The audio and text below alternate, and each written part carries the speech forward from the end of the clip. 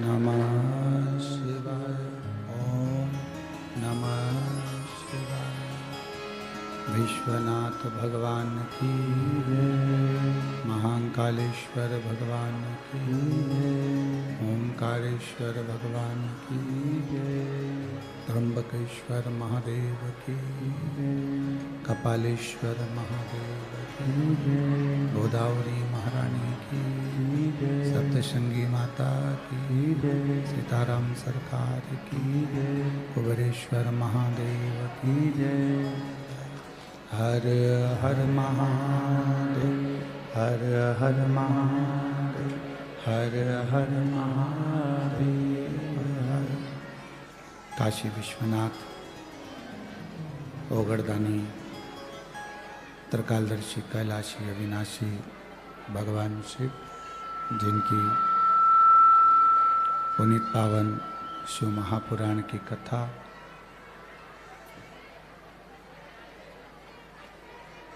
संपूर्ण विश्व के कल्याण हेतु बाबा देवाधिदेव महादेव की कृपा से, करुणा से, दया से 5 दिवसीय शिव महापुराण की कथा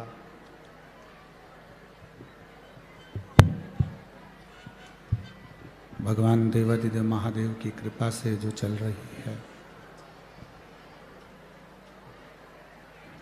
आज कथा का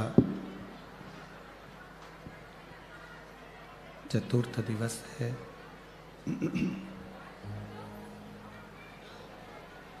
बाबा देवाधिदेव महादेव त्रिकालदर्शी कैलाशी अविनाशी भगवान शंकर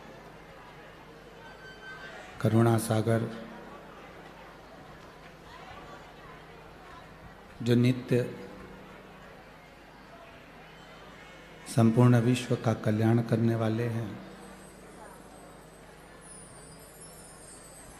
जिनकी पुनीत पावन पवित्र शिव महापुराण की कथा माँ गोदावरी के तट पर पंचवटी नासिक की इस पवित्र भूमि पर 5 दिवसीय कथा का लाभ लेने का सौभाग्य आप और हमको मिला है।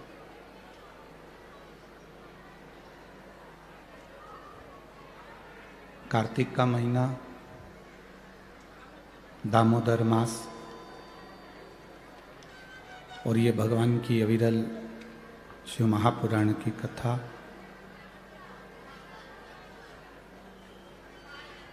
मैं दादा भाऊ भूसे जी को, पालक मंत्री जी को धन्यवाद देता हूँ।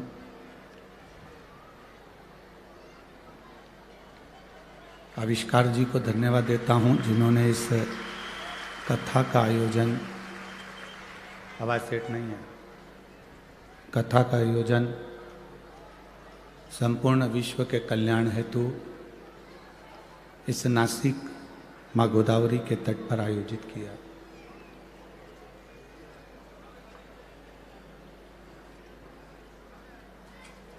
मुख्य सहयोगी के रूप में माननीय पाटिल जी, श्री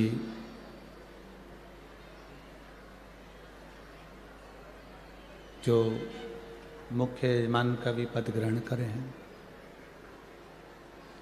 साथ में श्री अजय बोरस्ते, श्री बंटी तितमे, श्री राजू अन्ना लवटे, श्री रंजन ठाकरे, श्री लक्ष्मण साहू जी, श्री प्रशांत जाधव जी, श्री अंकुश पवार जी, श्री नरेश गीते जी, श्री उदय सांगले जी, जिन्होंने अपना सहयोग प्रदान कर 5 दिवसीय शिव महापुराण की कथा का जो आयोजन यहाँ चल रहा है, उसमें पुण्य के भागी बने हैं। एक बार सभी सहयोगी जनों का जोरदार ताली बजाकर स्वागत, वंदन, अभिनंदन।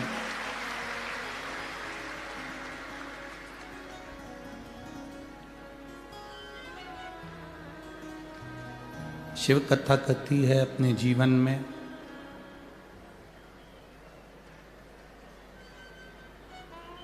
जब भी मौका मिले भगवत भजन करने का,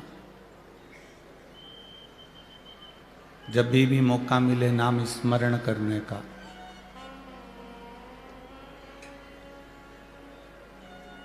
तब अपने जीवन की सार्थकता को सिद्ध करिए और मानव देह का जो फर्ज है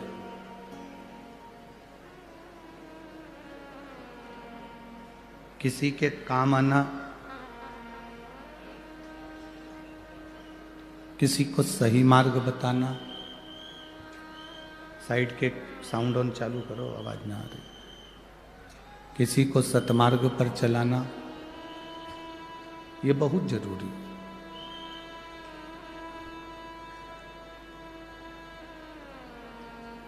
कथा मंडप में विराजमान सभी संत साधु गुरुजन ब्राह्मण जन, कथा वक्ता, महामंडलेश्वर आदि सभी को नमन है।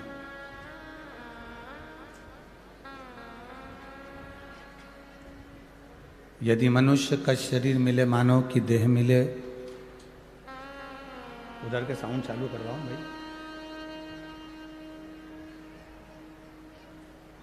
मानव का शरीर मिले, मानव की देह मिले, तो उस शरीर का सही उपयोग कर लेना, समय का सही सदुपयोग कर लेना, ये मूल है।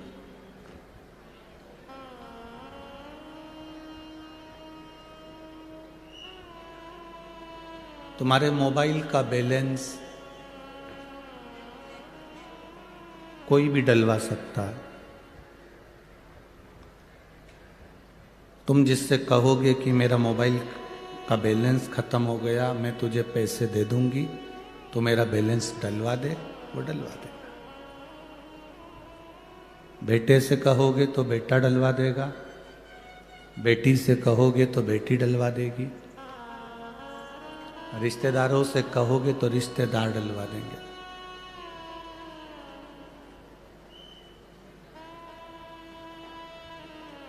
तुम्हारे मोबाइल का बैलेंस कोई भी डलवा सकता है, पर पुण्य का बैलेंस कोई नहीं डलवाएगा, वो आपको ही डालना पड़ेगा।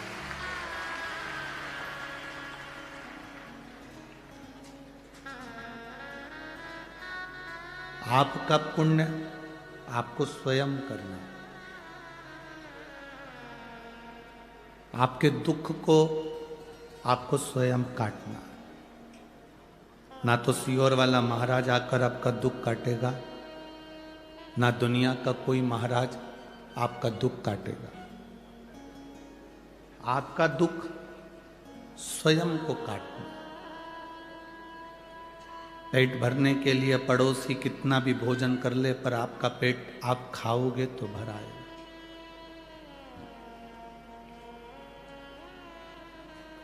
सिर दर्द होने पर पड़ोसी गोली खाएगा, उसका फायदा नहीं मिलेगा, गोली आपको खाना पड़ेगा। दुख आने पर सियोर वाला महाराज तुम्हारे पास नहीं होगा, तुम्हें खुद घर से निकलकर शंकर के मंदिर तक जाना पड़ेगा, तब दुख कटेगा।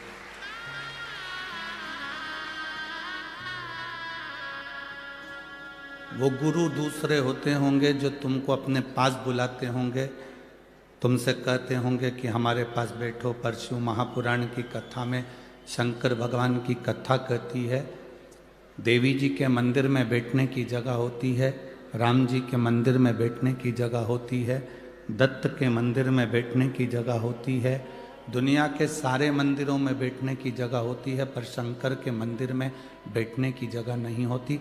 चारों तरफ इतना पानी पड़ा होता है कि अपनी साड़ी बचाकर और कपड़े बचाकर सावधानी से बैठना पड़ता है।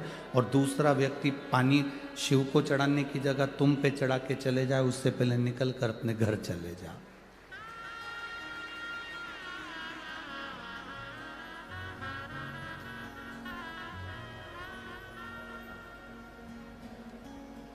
त्र्यंबकेश्वर गए थे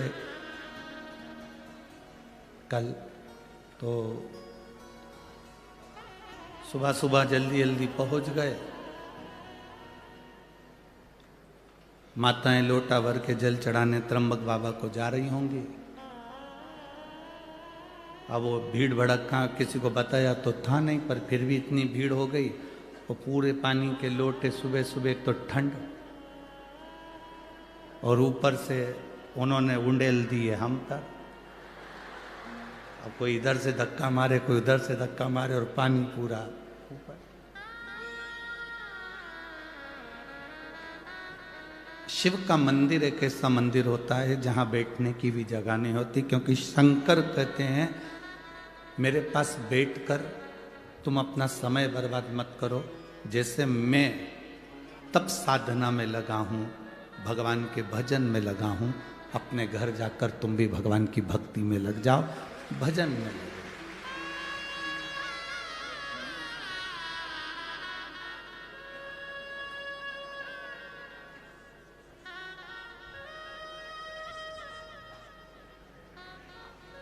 असली गुरु होगा तो दो चीजें पूछता है असली गुरु। असली गुरु अपनी जिंदगी में दो बातें अपने शिष्य से हमेशा पूछता रहता है। कैसे हो?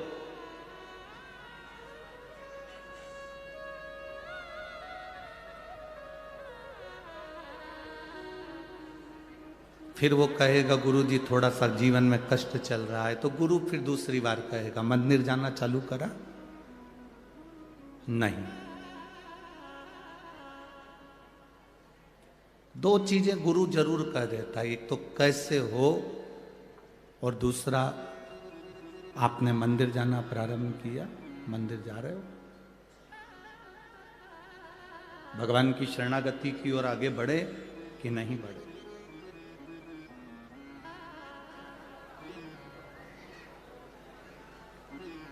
ये मानव शरीर की प्रधानता है।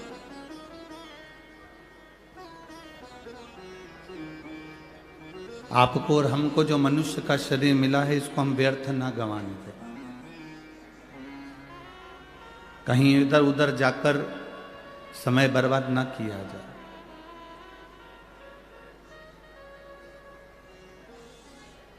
कई लोग कहते हैं शिव जी को जल चढ़ाना चाहिए, कोई कहता है शिव जी को जल नहीं चढ़ाना चाहिए, कोई कहता है शंकर जी का रुद्राक्ष पहनना चाहिए, कोई कहेगा नहीं पहनना चाहिए, कोई कहेगा बेलपत्र चढ़ाना चाहिए, कोई कहेगा नहीं चढ़ाना चाहिए, कोई कहेगा बेलपत्र खाना चाहिए, कोई कहेगा नहीं खाना चाहिए, कोई कहेगा शिव जी पे चढ़ा हुआ प्रसाद खाना चाहिए, कोई कहेगा नहीं खाना चाहिए।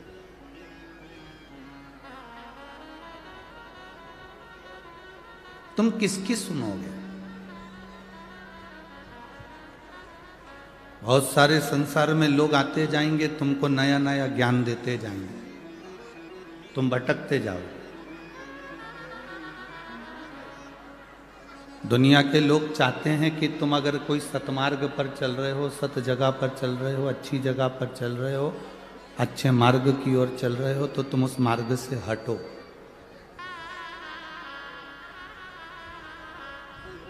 तुम्हारा मार्ग अगर प्रशस्त है, तुम्हारा मार्ग अगर ठीक है, तो उस पे से हटाने का प्रयास करेंगे।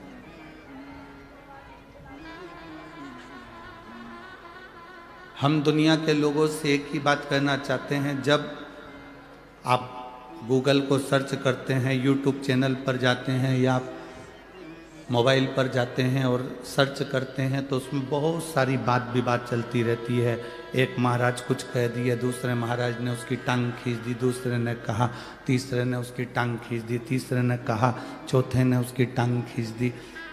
कहीं श्लोक में गलती निकालते, कहीं कोई बात में गलती निकालते। दिन भर बैठकर यही काम हो रहा है। हम केवल इतना सा निवेदन करेंगे, झगड़ा करने के लिए बहुत सारी जगह है। झगड़ा दुनिया में सब जगह जाकर करो, पर धर्म में झगड़ा कभी मत करो। सनातन धर्म को मजबूत रखना है तो बस जगाओ सनातनियों को। सनातन धर्म को जितना मजबूत करना है, सनातनियों को जगाना पड़ेगा।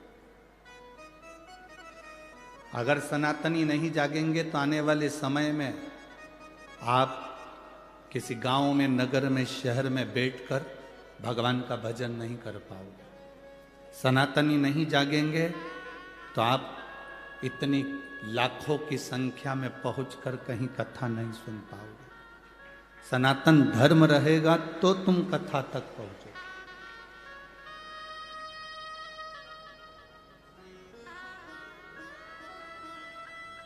एक किसी ने मैसेज करा था, शायद वो मैसेज, वो नाम मेरे को स्मरण में, आशीष के पास में वो मैसेज होगा, उसमें उनके पास में उसमें नाम भी होगा, जिन्होंने मैसेज करा उसका नाम होगा। क्या नाम है बताना जरा। एक भाई ने आशीष को मैसेज किया तो मैसेज में उसने अपना नाम उसने लिखा, मैं विजय मेनू संधान, Sirin meadows, Gangapur road, Nashik का रहने वाला हूँ। मेरा मोबाइल नंबर है। कहीं बैठ खड़े हैं, आप ही हैं। धन्यवाद, आपने जो मैसेज किया है उसके लिए साधुवाद। इन्होंने पत्र में लिखा है, कॉपी के पेज पे पत्र लिखा, उसमें लिखा, ये नज़ारा जो दादा बाबू भूसेन है, आविष्कार भूसेन है, जो नासिक को दिया है, ये नज़ारा 12 साल में एक बार केवल कुंभ को देखने को मिलता था, वो अब दिखा दिया है। साधुवाद आपको बहुत। बैठिए। जो 12 साल में केवल एक कुंभ का नज़ारा नासिक में देखने को मिलता था, और आने वाले सालों में जो देखने को नासिक को मिलेगा, उसके पहले हमको यहाँ देखने को मिल गया। हम दादा बाबू भूसे को, आविष्कार जी को धन्यवाद देते हैं और सहयोगियों को धन्यवाद देते हैं, जिनका ये सहयोग मिलकर ये कथा का लाभ हमें मिला है।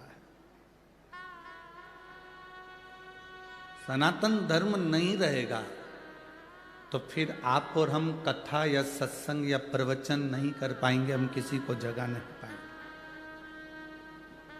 झगड़ा करने के लिए बहुत सारी जगह पड़ी है जहाँ झगड़ो, पर मेरा निवेदन है, बड़े बड़े मठाधीश, पीठाधीश, मंडलेश्वर आदि कादिक जितने जितने विद्वान कथाकार, संत, महात्मा जो बहुत विद्वान हैं, मैं उनके चरणों को नमन कर कर कहता हूँ कि अगर कोई सनातन धर्म को जगा रहा है तो उसकी पाँव ना खींचकर हमारे सनातन धर्म को आगे बढ़ाओ।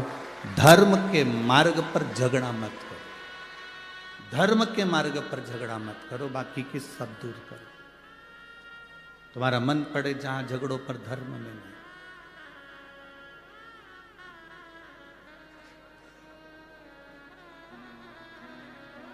शिव कथा कह रही है, अपने समय का सदुपयोग करो।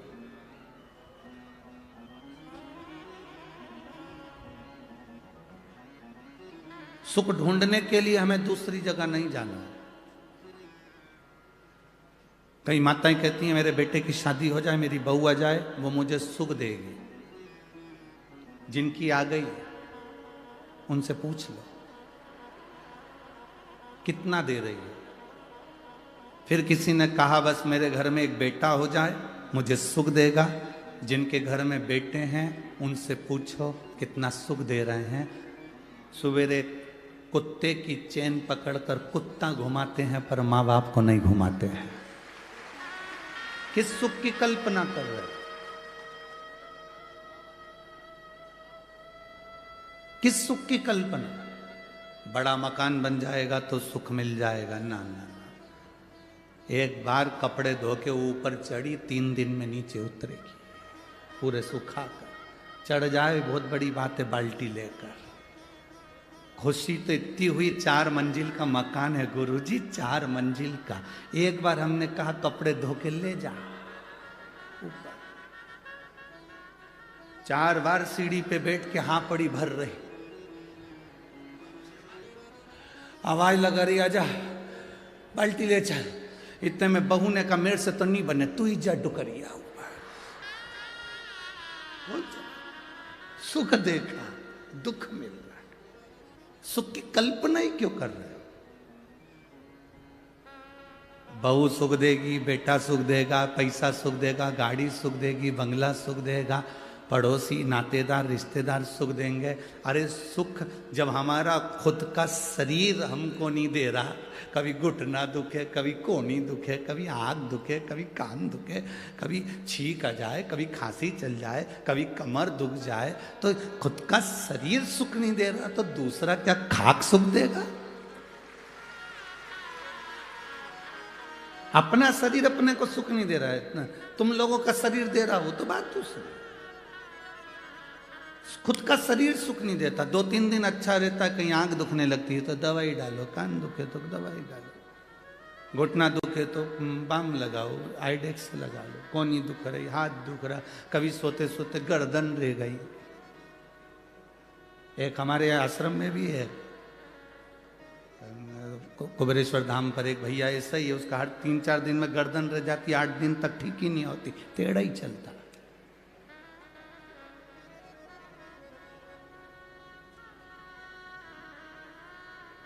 सुख ढूंढो। अब तुम सुख ढूंढने के लिए गए हो, जब सुख अपना शरीर नहीं दे रहा तो दूसरे से क्या आस लगाना रे भाई? हम दूसरे से क्या आस लगाना? हाँ, जिंदगी का सबसे बड़ा सुख अगर कहीं है, 5 दिन 7 दिन जो आप कथा के पंडाल में बैठते हो, अपनी मस्ती में कथा का रसतत्व ग्रहण करते हो, दर्शन करते हो, चले जाते हो, वो सुख है। शिव मंदिर में जाकर 1 लोटा जल चढ़ा रहे हो, बाबा से अपने दिल की बात कह रहे हो, वो सुख है। सच्चे गुरु की शरणागति में बैठकर कुछ ज्ञान ले रहे हो, वो सुख है। गौ माता की सेवा कर रहे हो, वो सुख है। माता पिता की सेवा कर रहे हो, वो सुख है।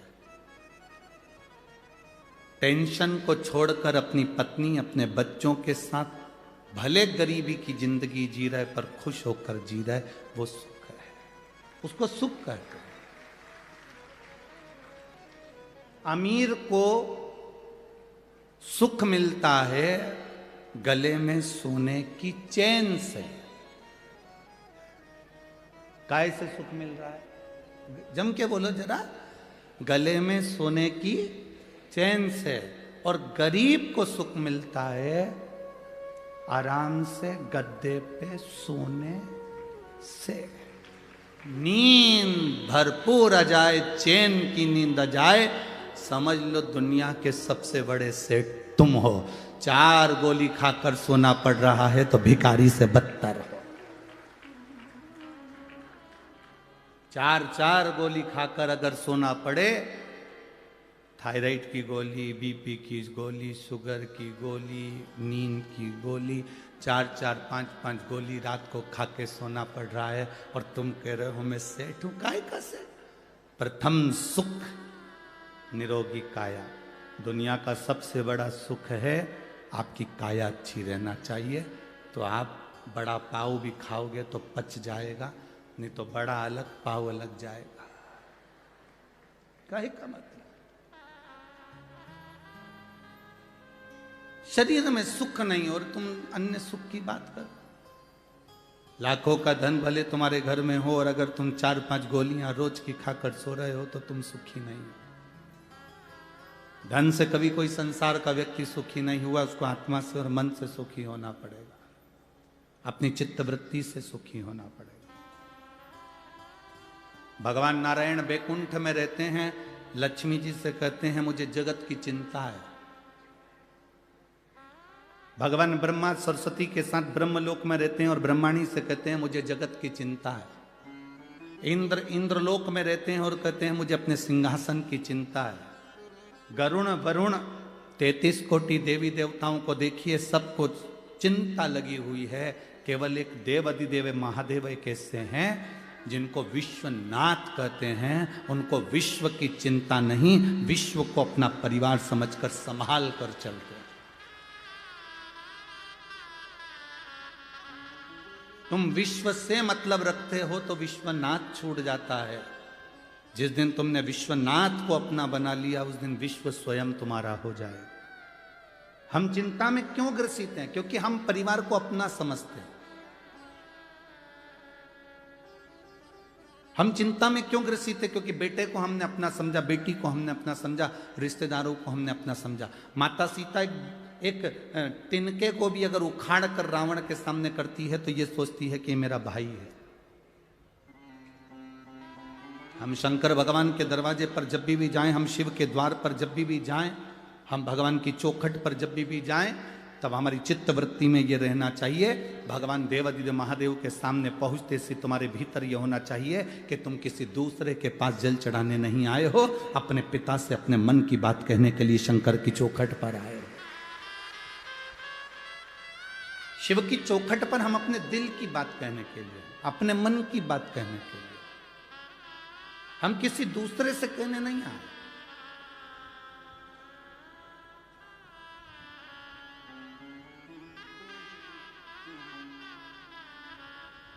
पेंट में कितनी जेब होती है?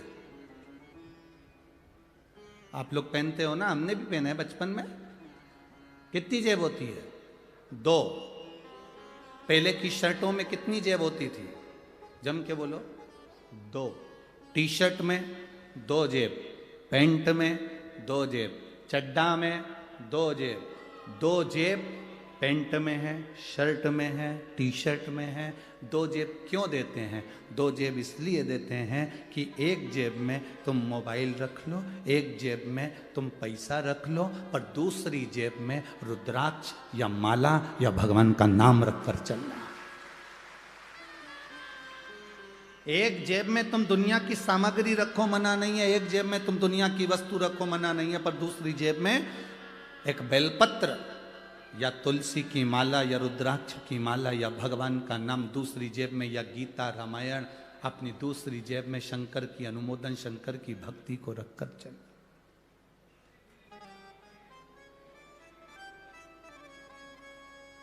एक कर्म की जेब है तो दूसरी धर्म की जेब। दोनों का बैलेंस बराबर बनाकर चलो। कर्म करो, परिवार संभालो, नाते रिश्तों के बीच में रहो, कुटुंब कबीले के बीच में रहो, सबके साथ रहो, पूरे परिवार को संभाल कर चलो, पर उसके साथ में धर्म को भी साथ लेकर चलो।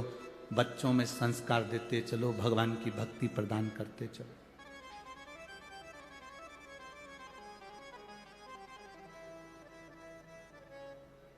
आप छोटे छोटे बच्चों को अगर मंदिर तक भेज रहे हो, छोटे छोटे बच्चों को शंकर जी के मंदिर में 1 लोटा जल चढ़ाने के लिए भेज रहे हो, छोटे छोटे बच्चों को धर्म की ओर भेज रहे हो, तो उसमें सीहोर वाले महाराज का कोई फायदा होने वाला नहीं हो कि तुम्हारे बच्चे मंदिर जाएंगे तो सीहोर वाले को कुछ मिल जाएगा।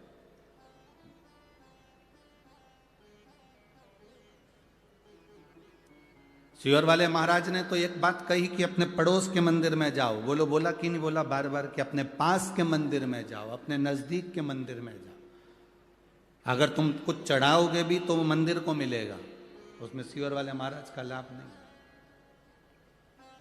तुम्हारा बच्चा मंदिर तक जा रहा है तो उसमें सीहोर वाले महाराज का लाभ नहीं है, सीहोर वाले महाराज का फायदा नहीं है। तुम्हारे बच्चे अगर मंदिर तक जा रहे हैं, 1 लोटा जल चढ़ा रहे हैं, तो उसमें तुम अपने बच्चों को संस्कार दे रहे हो और उनको बलवान बना रहे हो कि कभी हम नहीं भी रहे तो तेरा पिता ये देवादिदेव महादेव, तेरी माता या माता पार्वती तेरा साथ देने के लिए है। व्यवस्था करते हो कि नहीं करते हो अपनी अपनी? जब तुम्हारा जाने का समय होता है उससे पहले प्रॉपर्टी देते हो बच्चों को। बोलो, देते हो कि नहीं देते हो? अरे बोलो तो जम के। देते हो ना? सोना बच्चों को देते हो, प्रॉपर्टी बच्चों को देते हो, जमीन बच्चों को देते हो, जायदाद बच्चों को देते हो, जमीन घर बंगला सब बच्चों को देते हो। तो एक चीज बच्चों को और दो, उसको अच्छा संस्कार देने का प्रयास करो, जिससे हमारा धर्म भी बचे और सनातन धर्म की टेक।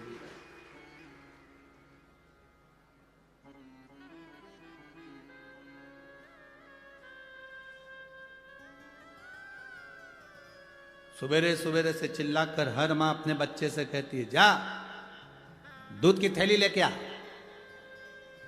जा पानी भर के लेके आ। जा सब्जी लेके आ, जा तरकारी भाजी लेकर आ। ऐसे सुबह उठकर चिल्लाकर तुम्हें कहना चाहिए, जा शंकर के मंदिर में एक लोटा जल चढ़ाकर आ। जाओ शिव के दरवाजे तक जाओ, शंकर की चौखट तक जाओ, उसके द्वार तक जाओ।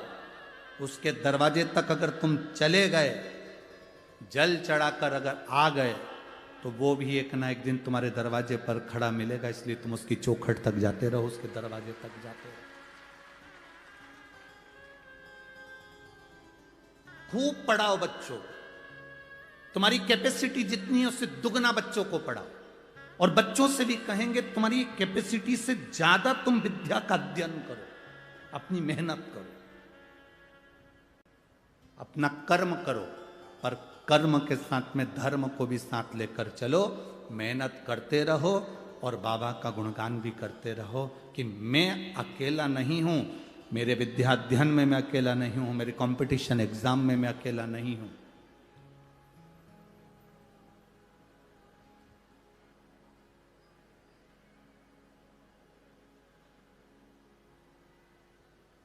अभी कोटा राजस्थान में बहुत सारी कोचिंग है, आप लोगों को मालूम होगा। किस किस को मालूम है? हाथ उठाओ जरा।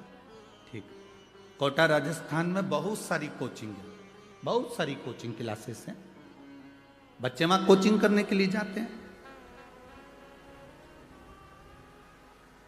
और बच्चे जब वहां कोचिंग करने के लिए जाते हैं, बहुत सारे बच्चे, उसमें से कई बच्चे ऐसे हैं जो कंपटीशन एग्जाम या कोई टेस्ट में या कोई परीक्षा में पास नहीं हो पाते, तो वो हार जाते हैं और मर जाते हैं, सुसाइड कर लेते हैं। अब माता पिता ने कोचिंग वालों पर केस लगाया कि तुम्हारे कारण हमारे बच्चे मर रहे हैं।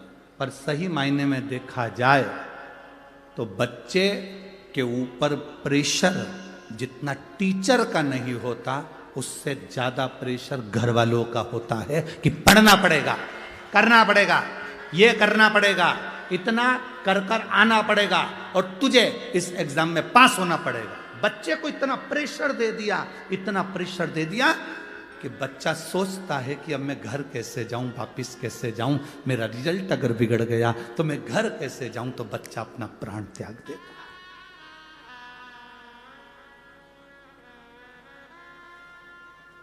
अपने बच्चे को इतना प्रेशर मत दो, इतना प्रेशर, अपने बच्चों को इतना प्रेशर मत दीजिए कि बच्चा अपना शरीर ही त्याग दे। उससे कहो चिंता करने की जरूरत नहीं है, भरचक मेहनत कर, पूरा कर्म कर, और महादेव को अपने हृदय में बिठा कर रख। एक जेब में जैसे पैसा और मोबाइल रहता है, तो दूसरी जेब में महादेव को लेकर चल। अपने साथ अपने दिल में अगर शिव है तो तुझे डूबने नहीं देगा। ये उसको बल दीजिए। हम बच्चों को बल नहीं देते। कई माताएं कह देती है हमारे बच्चे भी छोटे हैं गुरुजी, कोई मंदिर जाएंगे, जल चढ़ाएंगे, छोटे बच्चे हैं ये, कोई मंदिर जाएंगे। हम कहते हैं बांस, बांबू जितना गीला होता है उसको नवाओगे तो डलिया बन जाएगी। बांबू को जितना नवाओगे उससे खिलौने बन जाएंगे। बांबू को जितना नवाओगे वो नब जाएगा। बांबू, बांस अगर सूख गया तो उसको नवाओगे तो वो नबेगा नहीं। बांस को नबाना है, जब तक वो गीला है तब तक नबा। बांबू को नबाना है, जब तक वो गीला है तब तक नबा। सूख गया किसी काम का।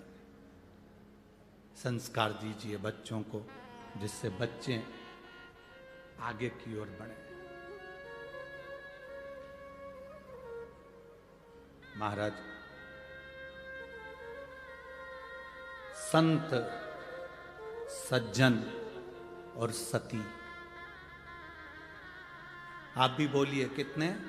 संत, सज्जन और सती, ये तीन ऐसे होते हैं। एक संत, दूसरा सज्जन पुरुष जिसके हृदय में कोई कपट नहीं, कोई छल नहीं, कोई बेईमानी नहीं, कोई प्रपंच नहीं, सज्जन। और तीसरे नंबर पर है सती, पतिव्रता धर्म को पालन करने वाली एक स्त्री जो पति को परमेश्वर मानकर चलती। मांग कौन भरता है? जम के बोलो जरा, मांग कौन भरता है? आवाज नहीं आई मेरे को, जम के बोलो जरा। मांग मांग पहली बार जब मांग भराती है, पति भरता है कि पड़ोसन भर देती है? अरे जम के तो बोलो, कौन भरता है? पति भरता है।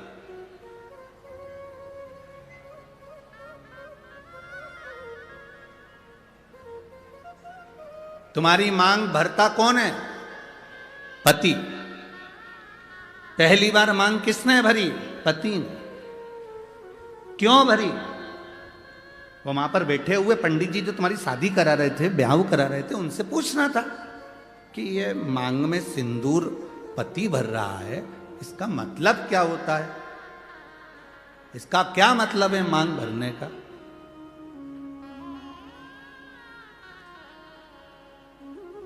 क्या मतलब इसका? तुम्हें उन पंडित जी से पूछना था कि मांग में सिंदूर पति भर रहा है, पहली बार मांग पति भर रहा है, तो मांग भरने का मतलब क्या है? मांग कौन भरता है? पति। एक स्त्री, एक नारी चाहे कितनी भी नौकरी कर ले, दुनिया भर में कितना भी व्यापार कर ले, कितना भी काम कर ले, कितनी भी कमाई कर कर आ जाए, पर उसकी मांग की पूर्ति तो उसका पति ही करता है। वो पहले दिन से आखिरी तक करता है। मांग भरना मतलब मांग की पूर्ति करना। तुझे दूसरे के आगे हाथ फैलाने की जरूरत नहीं है, तुझे दूसरी जगह पर जाने की जरूरत नहीं है। मैंने तेरी मांग भरी है। मांग जब पहली बार मैंने भरी है तो आखिरी तक तू जिंदा है, तब तक मैं तेरी मांग की पूर्ति करता रहूंगा, तेरी मांग भरते रहूंगा। तो चिंता मत करना।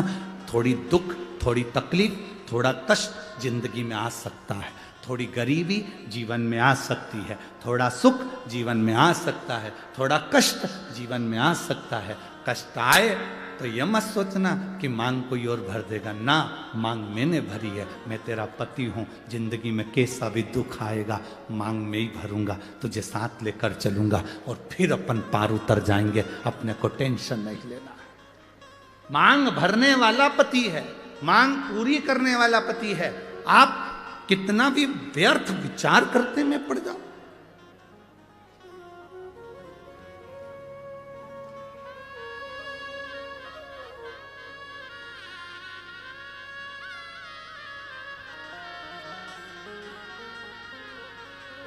पूर्ति करना। जब हम जन्म लेते हैं,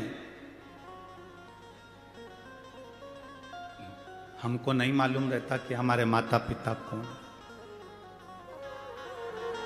जन्म लेने वाला बच्चा जन्म लेता है, बाद में उसको माता पिता का पता चलता है, पहले नहीं पता चलता।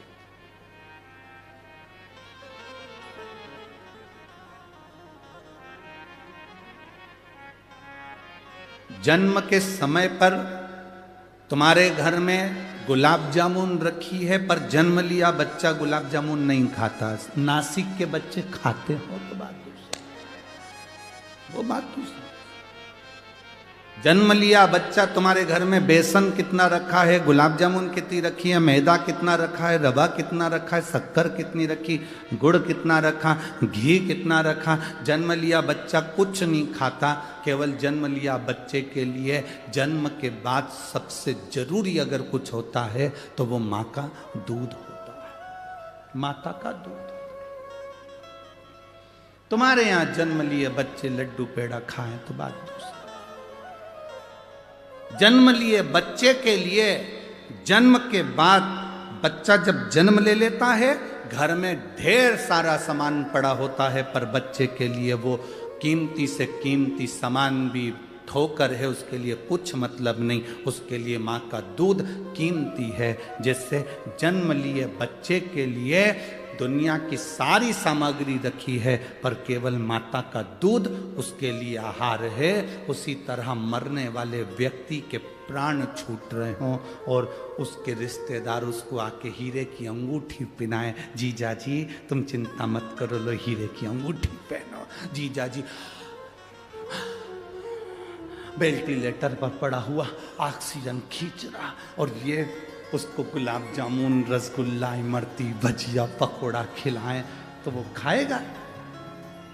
जन्म लिए बच्चे को मां का दूध जरूरी है, और मरने वाले व्यक्ति के लिए शिव का नाम जरूरी है। उसको तुम्हारे धन दौलत, गुलाब जामुन, पेड़ा, जलेबी, इमरती से कोई मतलब। हमारा तो निवेदन है, आप किसी बीमार व्यक्ति को देखने के लिए हॉस्पिटल में जाएं, कुछ लेकर जाएं ना जाएं, पर हॉस्पिटल में पहुंचकर उस व्यक्ति से जब मिलें तो 2 बार या 5 बार भले मन में बोल लो, पर श्री शिवाय नमस्तुभ्यम बाबा, इसको जल्दी ठीक कर देना। श्री शिवाय नमस्तुभ्यम बाबा, इसको स्वस्थ कर देना। श्री शिवाय नमस्तुभ्यम बाबा, इसको बड़ी बीमारी हो गई, आप हल कर देना। अपना करा हुआ थोड़ा सा भजन उस जीव को दीजिए। हम किसी सच्चे गुरु के सामने क्यों जाते हैं? हम किसी संत के सामने क्यों जाते हैं? हम किसी भक्त के सामने क्यों जाते हैं? क्योंकि उसकी दृष्टि हम पर पड़ जाए। केवल मात्र दृष्टि पड़ गई तो हमारा कल्याण हो जाए। अरे बाबा तेरे चरणों के होना हमें दास है, तेरी चरण रज से बुझानी हमें प्यास है। हम क्यों जाते हैं? उसके दर्शन हो जाए, नेत्र मिल जाए, उसकी कृपा हो जाए। मात्र दृष्टि पड़ी, सुख हो गया। मात्र दृष्टि।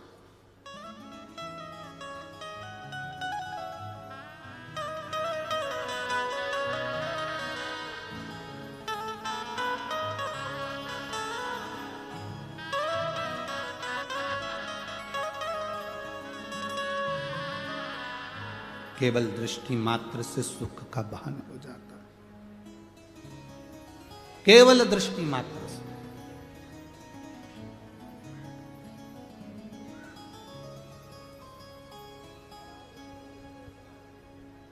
झूठे नाते झूठे हैं रिश्ते, संग यहाँ से बाबा कोई न जाए। तेरा नाम केवल एक सहारा, तेरा नाम केवल एक सहारा, कहीं छूट जाए ना दामन तुम्हारा। भोले बाबा मुझे देना सहारा, कहीं छूट जाए ना दामन तुम्हारा। हे बाबा, बस तुम्हारा सहारा मेरी जिंदगी में बना रहे। जन्म के समय पर ढेरों सामान घर में होगा, पर माता का दूध जरूरी है। मरते समय लाखों की प्रॉपर्टी तुम्हारी होगी, घर में गाड़ी बंगला होगा, पर मरते समय भगवान का नाम जरूरी है। बस यही हमारी जिंदगी है। बस ये जन्म के समय पर माता का दूध जरूरी है, और मरने पर भगवान का नाम जरूरी। करोड़ों की कीमत वाला ये शरीर परमात्मा ने दिया है आपको और हमको। सुंदरता पर मत जाना किसी की। सारे राक्षस भगवान नारायण मोहिनी स्वरूप धारण कर आ गए थे, उनकी सुंदरता के पीछे आसक्त हो गए। सावधान इंडिया, सुंदरता के पीछे मत जाना।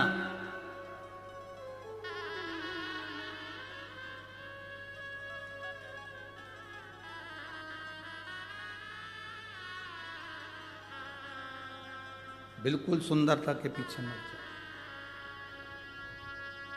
मोहिनी स्वरूप धारण कर कर भगवान आए और राख असुरों ने भगवान की सुंदरता देख ली, कितनी सुंदर नारी, कितनी सुंदर स्त्री, फंस गए सुंदरता के चक्कर।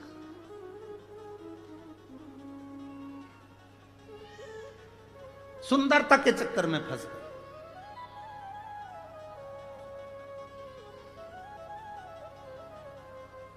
और ऐसी सुंदरता के चक्कर में फंसे कि वो अमृत का जो कलश था वो भूल गए और मोहिनी के चक्कर में पड़ गए। मोहिनी ने कहा कि मैं अमृत बांटूंगी, तुम इधर बैठ जा, तुम इधर बैठ जा।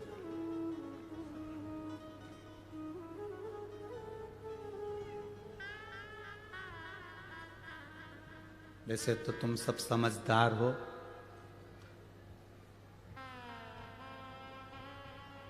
सुंदरता मतलब दिखावा, किसी दिखावे की ओर हमको नहीं जाना। और अमृत मतलब ज्ञान, उस ज्ञान को हमें लेना है।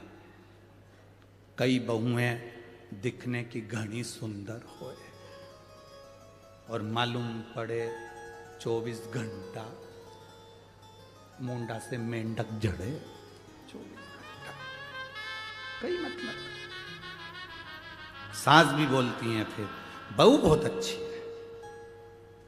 है, घर संभाल ली, काम कर लिया, बढ़िया है, सब अच्छा है हमारी बहू में। बहुएं कह देती है हमारी सास बहुत अच्छी है, सब बढ़िया है, बस एक कमी है, जिभान जिभ्या एक कमी है। अब सुंदर देखी, सुंदरता देखी, बड़ी सुंदर, बड़ी सुंदर, बड़ी सुंदर, बड़ी सुंदर। सुंदरता का करना क्या है भाई? सुंदरता के चक्कर में पड़ोगे तो जिंदगी नरक बन जाएगी। जैसे असुरों ने मोहिनी स्वरूप को देखा और उस सुंदरता में फंस गए तो अमृत छूट गया। उसी तरह आप दुनिया को देखने में लग गए, संसार की चमक दमक में रह गए, दुनिया की चमक धमक में आप रह गए तो फिर ज्ञान प्राप्त नहीं कर सकते, भगवान को प्राप्त नहीं कर सकते। ये चमक, ये दमक, फुलवन में महक, सब कुछ सरकार तुम ही से है। हम परमात्मा को प्राप्त करने का प्रयास करें।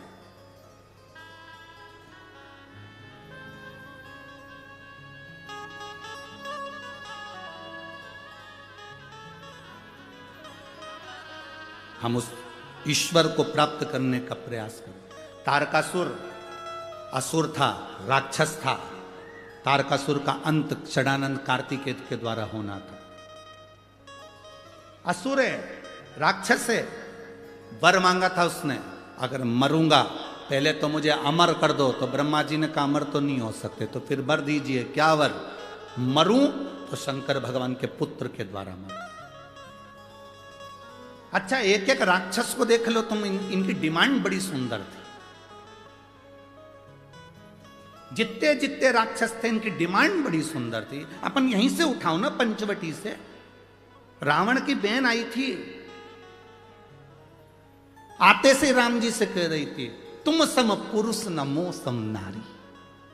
तुम्हारे जैसा पुरुष नहीं हो सकता, मेरे जैसी नारी नहीं हो सकती। लक्ष्मण जी मुंडी घुमा के देखे, ऐसी कौन सी हीरोइन आई है, ऐसी कौन है? तुम सम पुरुष नमो सम नारी। लक्ष्मण जी ने देखा,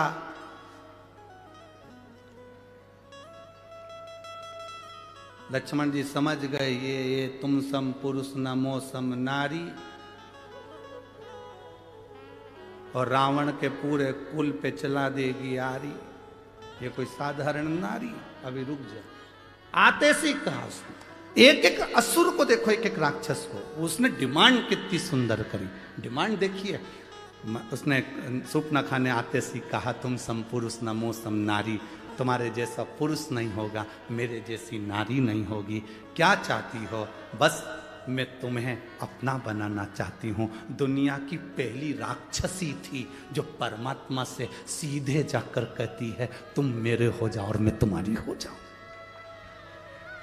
दुनिया की पहली राक्षसी थी जो भगवान के सामने जाकर कहती है कि तुम मेरे हो जाओ और मैं तुम्हारी हो जाऊं। मैं तुम्हारी पत्नी बनना चाहती हूं, तुम मेरे पति बन जाओ। भगवान से कह रही है, किसी दूसरे से नहीं कह रही है। आज की होती तो ना जाने किससे किया थी, जो जरा सा गाड़ी में पेट्रोल डलवा दे, जिनके पास खुद की गाड़ी नहीं है, सुधरने के लिए आई है, सुधरने के लिए गाड़ी आई और मालूम पड़े बस 50 रुपए का पेट्रोल डलवा लिया, बुड़ बुड़ करके 25 रुपए की चाउमीन खिला दी। इसको इतना पसंद आ गया, गाड़ी सुधारने वाला। हम किसी को कहेंगे नहीं, बस तुम समझ जाओ, इशारा काफी है। और फिर हमारे सनातन धर्म की बेटी लुभान्वित हो गई और दूसरे धर्म में चली गई, फिर चली गई। जरा सा दिखा फैशन, जरा सा दिखा सुन गई।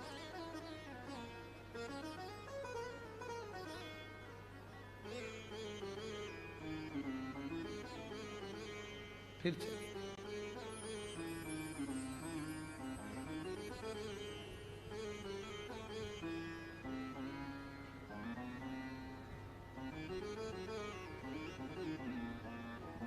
महाराज,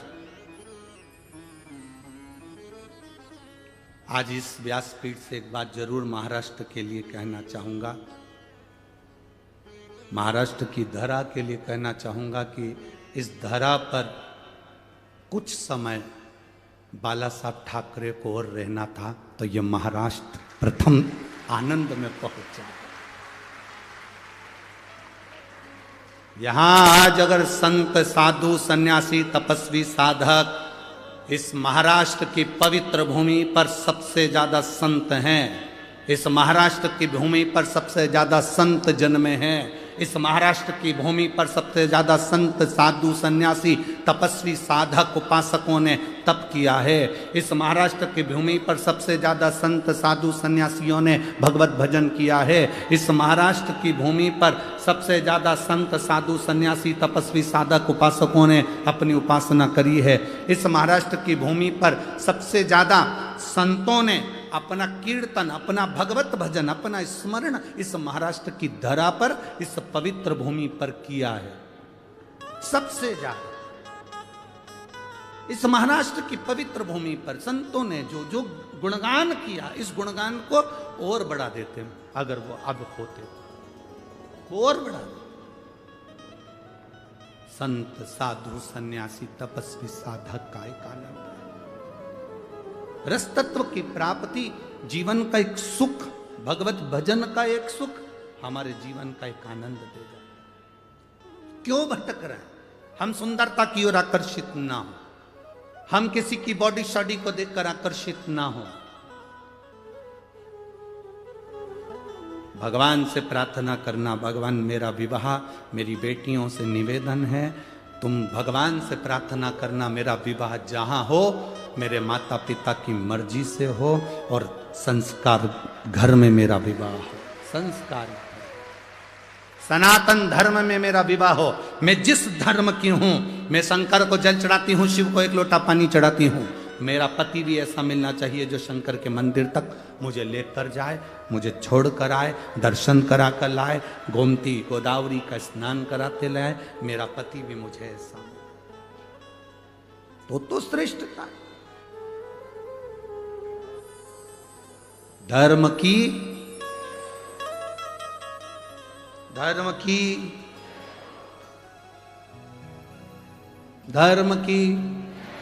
अधर्म का, प्राणियों में, विश्व का, ठीक है। जो हमारे सनातन धर्म का हो और हम उस धर्म से उसको रिझा है। सुंदरता पर मत जाना, मोहिनी स्वरूप की सुंदरता। राक्षस फंस गए, असुर फंस गए, कितनी सुंदर बात उस शूर्पणखा ने राम जी से कही कि तुम सम पुरुष नमो सम नारी, में राम जी को अपना बनाना चाहती हूँ। किसी दूसरे को वो अपना बनाने नहीं गई, बनाने गई तो राम को अपना बनाने गई।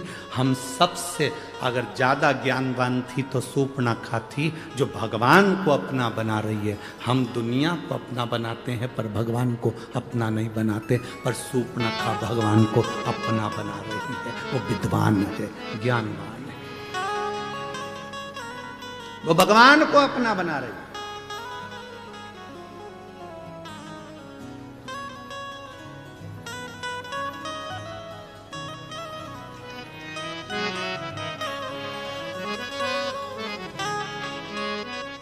उसके बराबर कौन है महाराज? ये भाव अपने भीतर हो, अपने भीतर।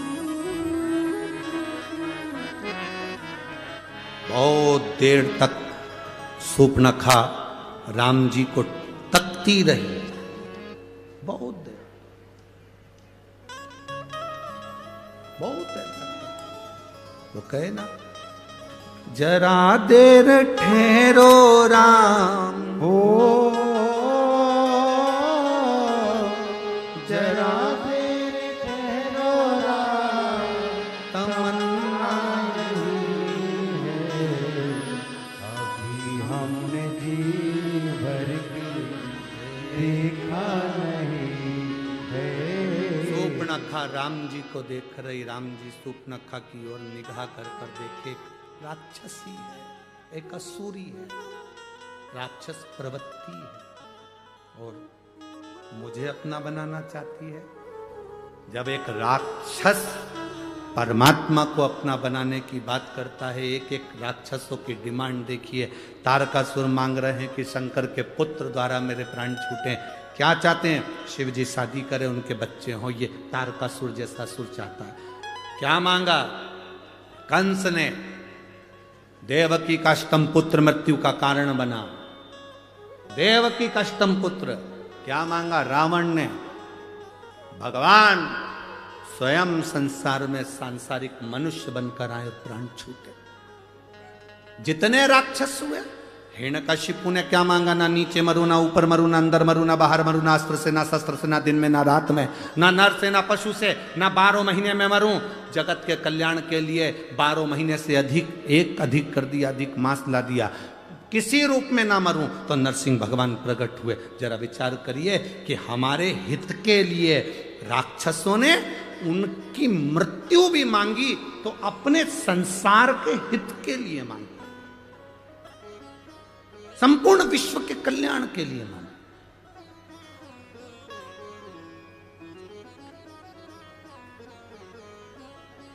और हम क्या मांगते हैं? हम भगवान कृपा करना, घर देना, बंगला देना, जमीन देना, जायदाद देना। भगवान मेरी बेटी को पास कर देना, मेरे बेटे को ये कर देना, मेरी बहू को छोरा छोरी दे देना, ऐसा कर देना। हमने आज तक भगवान के मंदिर में जाकर ये नहीं कहा, भोले बाबा चलो। हमने आज तक बाबा के मंदिर में जाकर ये नहीं कहा, बाबा बहुत दिन से बैठे हो, त्र्यंबकेश्वर बाबा तुम यहाँ बहुत दिन से बैठे हो, कपालेश्वर बाबा बहुत दिन से बैठे हो, तुम्हारा मन नहीं करता घूमने जाने का? चलो अब की बार मैं लेकर चलता हूँ तुमको सीहोर, थोड़े दिन वहीं रहेंगे, आनंद करेंगे, फिर आ जाए। चलो हम जितनी जगह दर्शन करने के लिए जाते हैं बाबा के, हम उतनी जगह बाबा को निमंत्रण देकर आते हैं। बाबा बहुत दिन हो गए, त्र्यंबक बाबा कब आ रहे हो?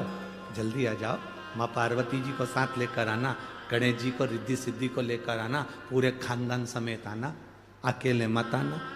आप आओगे तो आनंद होगा, थोड़ा मालपुआ, रबड़ी, पूड़ी सब बनेगा, सब खाएंगे। और जब तक बाबा नहीं आता तो कौन सी पूड़ी मालपुआ बनता है? वो आता है तो बनता है। वो कृपा करता है तो घर में पकवान बनता है, वो कृपा करता है तो आतिशबाजी होती है, वो कृपा करता है तो जमीन जायदाद ली जाती है, वो कृपा करता है तो घर में बहू बेटे आते हैं, वो कृपा करता है तो बेटी दामाद आते हैं, वो कृपा करता है तो पोता पोती नाती पंती होते हैं, वो करुणा करता, वो आता है तो खुशी आती है।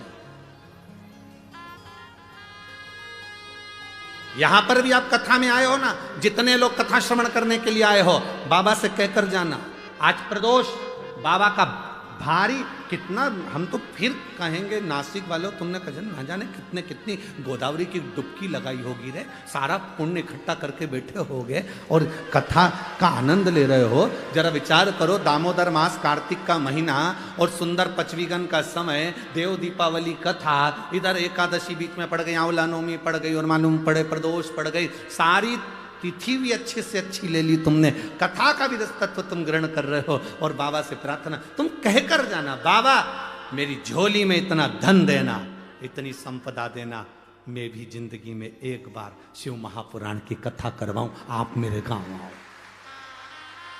आप मेरे नगर आओ, आप मेरे गांव आओ, आप मेरे खेड़े में आओ। बाबा आना पड़ेगा कुबेरेश्वर महादेव, आना पड़ेगा कुबेर भंडारी तेरे को, आना पड़ेगा, तू मुझे खजाना लुटाने के लिए वहां पहुंचेगा।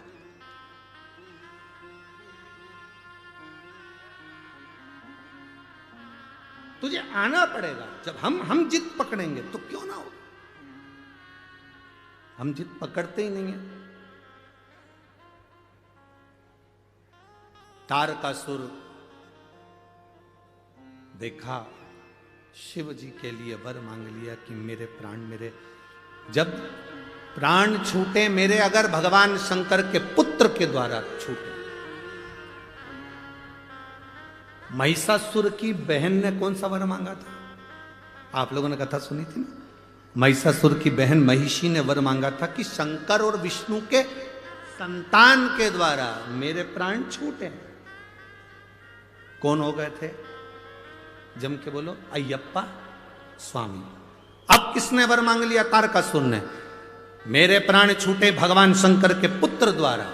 जब विष्णु और शिव के पुत्र द्वारा उसके प्राण छूटे तो अय्यप्पा स्वामी प्रकट हुए और महिषासुर की बहन महिषी के प्राण हरे। अब तारकासुर के लिए शंकर भगवान के पुत्र के द्वारा मरूं, तारकासुर ने उपद्रव मचा दिया, हाहाकार सब दूर मच गया। जब हाहाकार मचा तब करे तो करे क्या, देवता एकत्रित हुए, शिव जी तो समाधि में लीन थे।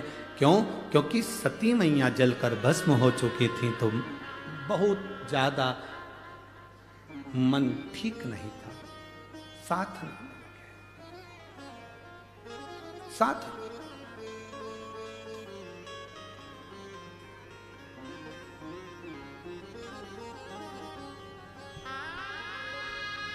एक व्यक्ति ने प्रश्न किया, गुरुजी हम आपसे एक बात पूछना चाहते हैं, शंकर भगवान देवता है ना? हाँ। देवादिदेव महादेव है ना? हाँ। तो अपनी धर्म पत्नी सती के लिए इतने क्यों रोए?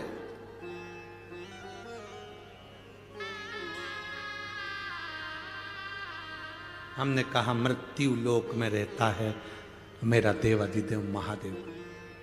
पत्नी का आदर करना, सम्मान करना, सारे देवताओं में अगर किसी से सीखना है तो देवादिदेव महादेव से सीखो, जो पत्नी का आदर करना सिखाते हैं।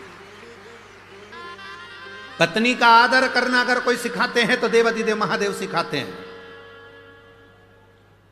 त्र्यंबकेश्वर दर्शन करने गए हो? कौन कौन गया, जरा हाथ उठाओ। गए हो? ठीक है, रखो। शंकर भगवान कहां पर हैं? जमीन पर, बोलो है कि नहीं? पार्वती जी कहां पर है? जम के बोलो जरा, ऊपर।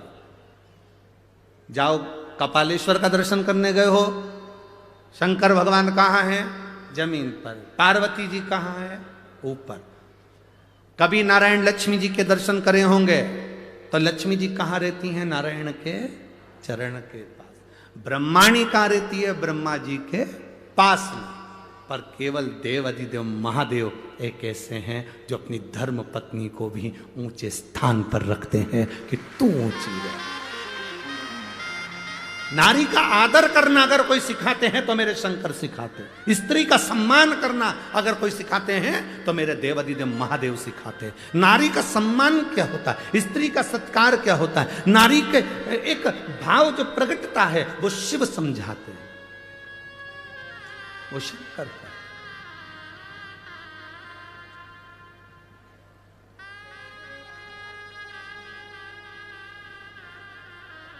हम शिव जी से सीखें, हम देवादिदेव महादेव से सीखें कि नारी का आदर, नारी का सम्मान, नारी का सत्कार क्या होता है।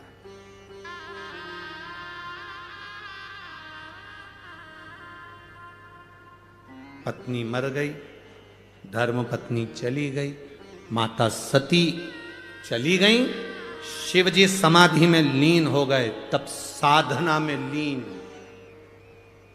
आज के जमाने में पत्नी मर जाए तो पति दिमाग लगाना चालू कर देता, दूसरी किससे करूं।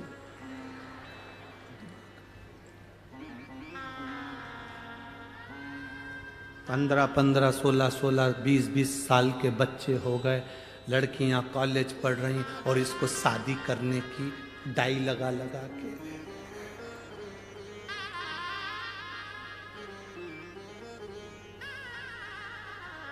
सब काला कर कुरा के और शादी की तैयारी कर रहा है। कितनी भी डेंटिंग पेंटिंग कर लो, उससे कोई फर्क पड़ रहा है। वो विचार कर रहा है कि मेरे को शादी करना। बेटी कॉलेज पढ़ रही है, बेटा कॉलेज पढ़ रहा है, उसको शादी। पत्नी चली गई, भगवान शंकर विवाह करने के लिए आतुर नहीं, भगवान शंकर तप साधना में डूब गए। ये हमारा शास्त्र कहता है। धर्म पत्नी के लिए शिव कितना आदर रखते होंगे सती के लिए कि नेत्र बंद करके बैठ गए। हजारों वर्ष निकल गए, शिव की समाधि नहीं टूटी। हजारों वर्ष उठना ही नहीं चाहते, क्या करेंगे।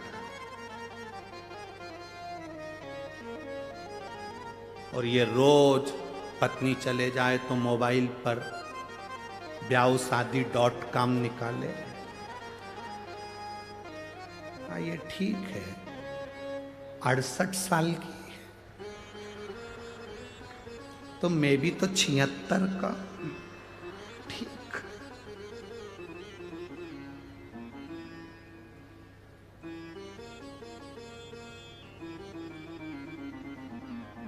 फिर तो वही वाला गीत हो, सब लाए फूल बुढ़ा गोदी लेके अरे मैं कहा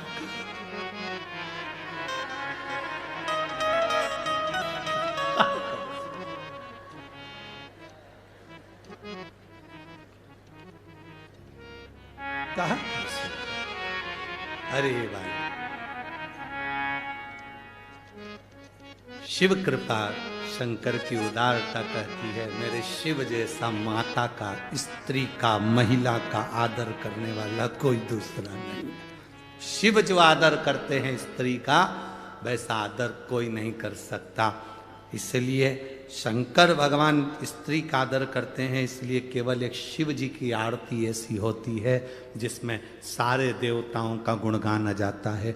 ब्रह्मा विष्णु सदा शिव जानत अविवेका, स्वामी जानत अविवेका, प्रणवाक्षर के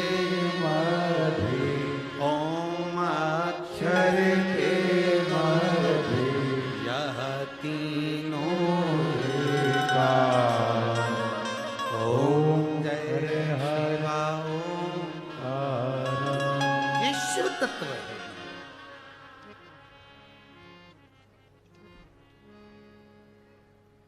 सब एक उसी में समाहित हो गए, जो आदर करने वाला, सम्मान करने वाला, सत्कार करने वाला, उसी में सब समाहित हो गए। शिव जी के नेत्र नहीं खुले, भेजा कामदेव को, भगवान शंकर का नेत्र खुल गया। कामदेव को समाधि तोड़ी कामदेव। कामदेव को देखकर नेत्र क्यों खोले? शंकर भगवान सती के पति हैं, कामदेव रति का पति है।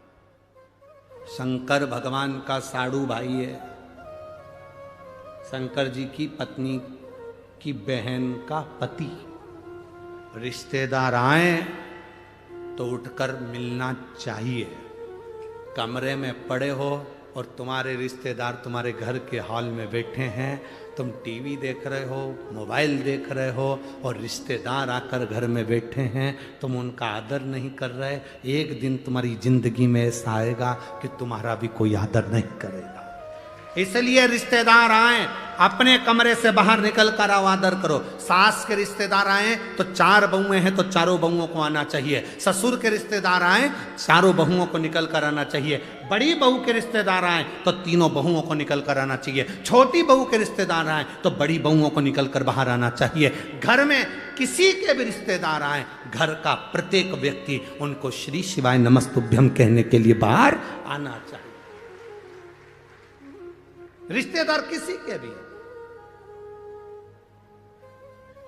आदर सबका होना चाहिए। पर आज का जमाना बड़ा विचित्र है। छोटी बहू के रिश्तेदार आए तो बेचारी छोटी सबसे ज्यादा काम करे, बड़ी बहू के आए तो बड़ी बहू काम करेगी, मंजली आई तो मंजली काम करेगी। जिस बहू के रिश्तेदार आएंगे पूरन पोली वही बनाएगी। फिर बाकी की बहुएं क्या करेंगी? आमठी बनाएंगी और मिर्ची का ठेसा। पूरन पोली में टाइम लगता है, आमठी और ठेसा में अरे बोलो तो जीजिया टाइम लगता है। आई बनाए गए ना।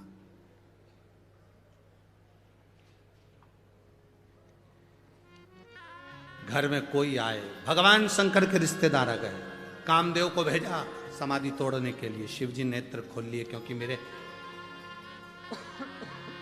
धर्म पत्नी की बहन का पति आया।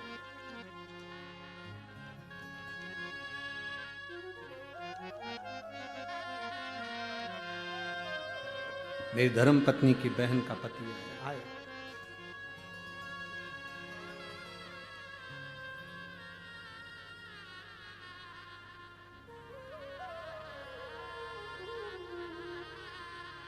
अब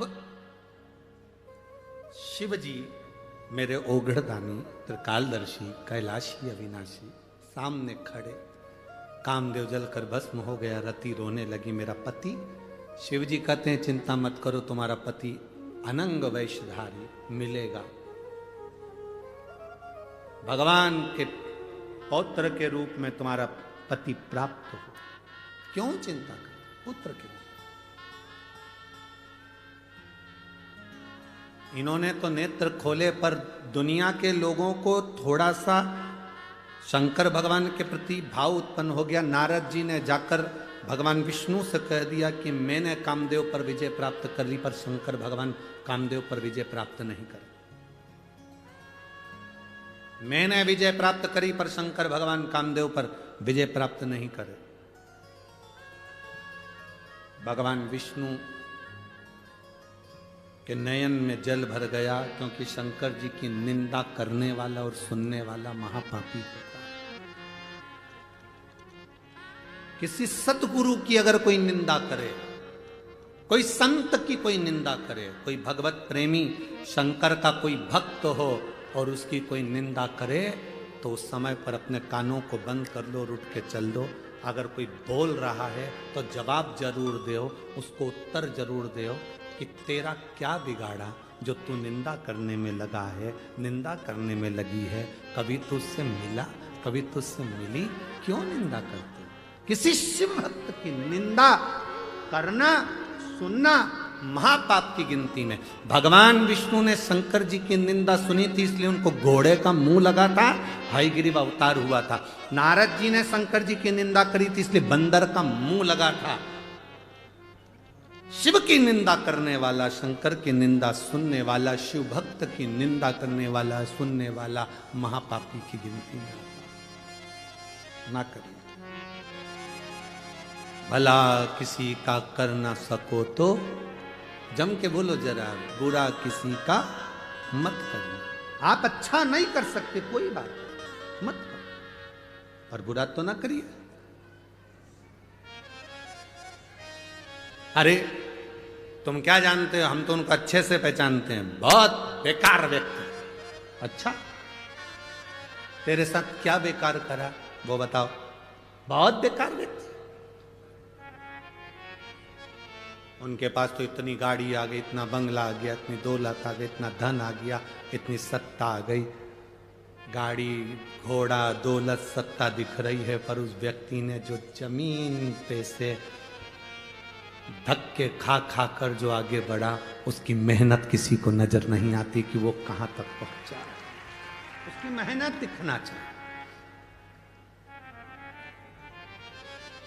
कहां चक्कर में पड़े, क्यों?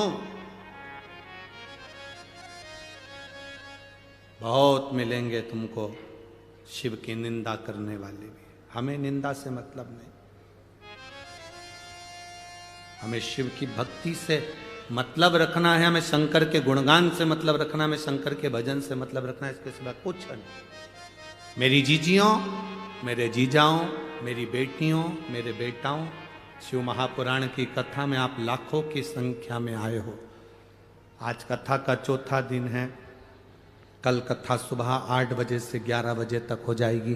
टीवी पर 2 बजे से 5 बजे तक आएगी। फिर ददरौआ धाम भिंड में दोपहर में 1 बजे से 4 बजे तक 28 तारीख से चालू हो जाएगी, जो 2 तारीख तक चलेगी। फिर 5 तारीख से जलगांव में प्रारंभ हो जाएगी कथा।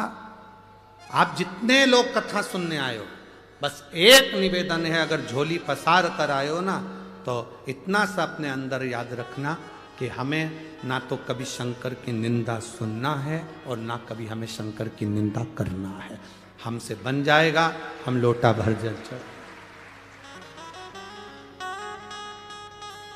शिव की निंदा भी न करना। अभी कई लोग ऐसे होते हैं जो शंकर जी की एक कहीं ने हमें वीडियो भेज दी थी, उसने कहा कि लोग त्र्यंबकेश्वर के लिए भी कह दिए। उसकी भी गणना कि हम नहीं जानते त्र्यंबकेश्वर क्या, हम नहीं जानते शिवलिंग क्या।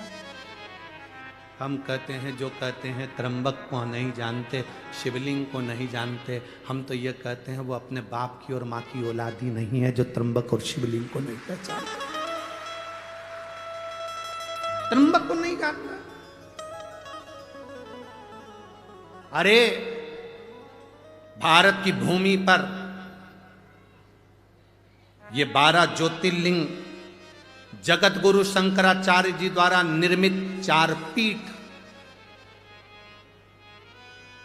जहां पर जगत गुरु शंकराचार्य जी के प्रतिबिंब स्वरूप आज भी जगत गुरु शंकराचार्य विराजमान है। ये 4 पीठ साधारण है, इसको पहचानो। शिव निंदा से दूर रहिए, शंकर की निंदा से दूर। कहा तारकासुर का अंत हो, तब स्वयं भगवान शंकर का विवाह जगत जननी मां पार्वती से कराया गया और पुत्र की प्राप्ति हुई, जिसका नाम षडानंद कार्तिकेय था। कार्तिकेय जी ने तारकासुर का तो संहार कर दिया, उसके हृदय में बाण न लगे, क्योंकि शिव उसके हृदय में है। पापी से पापी जीव, बेकार से बेकार व्यक्ति भी अगर शंकर की भक्ति करता है, शिव की भक्ति करता है, खाली नहीं जाता। आज इस व्यासपीठ से एक बात कहना चाहेंगे, कोई देर से बनता है, कोई जल्दी से बनता है, महादेव को जल चढ़ाने वाला एक दिन सेठ जरूर बनता है। बोल बम का नारा है, शंकर को जल चढ़ाने वाला, शिवलिंग पर जल चढ़ाने वाला एक ना एक दिन सेठ बनेगा, पक्का है, निश्चित है। कोई कहता है गुरुजी ये शिव महापुराण की कथा बहुत महंगी होती है, कितना महंगा टेंट लगता है, कितनी महंगी व्यवस्थाएं होती हैं, लोगों के भोजन की व्यवस्था करना पड़ती है, लाइट की व्यवस्था, साउंड की व्यवस्था, टेंट की व्यवस्था, जनरेटर की व्यवस्था, सारी व्यवस्थाएं करना पड़ती है, कितनी महंगी होती होगी, कितने लाखों में जाती होगी, कितनी करोड़ों में जाती होगी। हमारा भी मन होता है कि हम कथा करवाएं। हम इतना कहां से लाएंगे? हम उनसे कहते हैं कर्जा लेकर कभी कथा मत करना, इधर उधर से लेकर कभी कथा मत करना। कहना भोले बाबा से, मैंने संकल्प लिया है कथा कराने का, पूरी तुझे करना है, भंडार तुझे लेकर आना है। मैं तो कथा कराना तुझे है, करना तुझे है। हम कौन निमित्त बनकर आनंद ले? अरे मैंने तेरे ही भरोसे बाबा, तेरे ही भरोसे हवा बिच उड़ती जवानी बाबा।